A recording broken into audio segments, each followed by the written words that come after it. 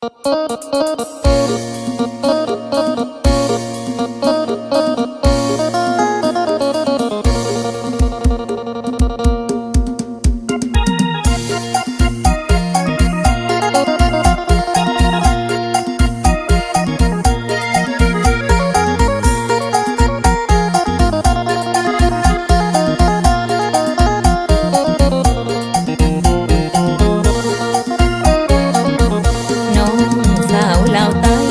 คยไปเฮ็ดงานอยู่จังหวัดอุบลพบหากับสายหนึ่งคนบ่าวไทยอุบลจนเฒ่าสากลับมายามบ้านผ่านด่าน2 เมตรวังเต้าไปมามีสายคนหนึ่งเข้ามาสิขานอาสาดูแลหัวใจซึ่งใจมีญาติผู้ใหญ่มายืนยันว่าผู้ชายคนนั้นมีภรรยาทั้งน้อยและใหญ่พอได้หูข่าวหัวใจปวดร้าวน้ำตาตกในผิดศีล5 กรรมแม่บ่ไหวจึงกลับลาวใต้ปากเสบ้านเกิด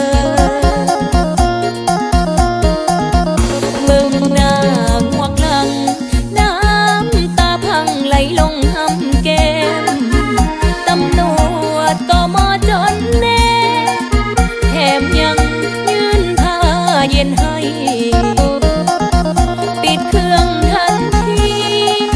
ช่วงนี้จะบ่หับสายไผ่เมื่อกราบแม่พ่อขอขมาที่ลูกผิดไปแต่หากยังฟังในใจผู้บ่าวคนไทยจังหวัดอุบลน้องสาวลาวใต้กลับจากเมืองไทยโคตรเมืองปากเซแต่ใจยังห่วงอยู่เด้จากบ้านใดเด้สิลืมได้ขอเป็นเพียงน้องสร้างความปองดองสาวลาวบ่าวไทยน้องสาวลาวใต้ต้นหาเสมอ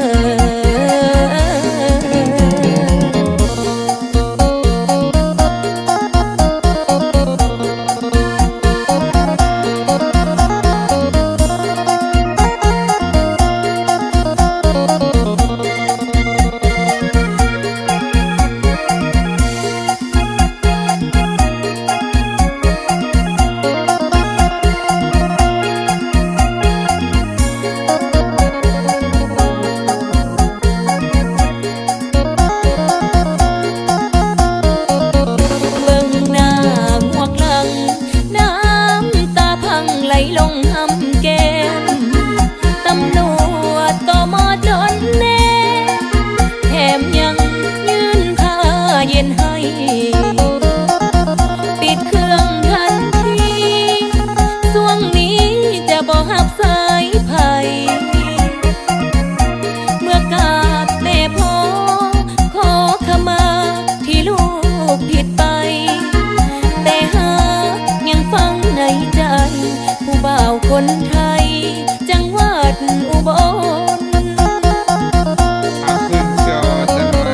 น้องสาวลาวใต้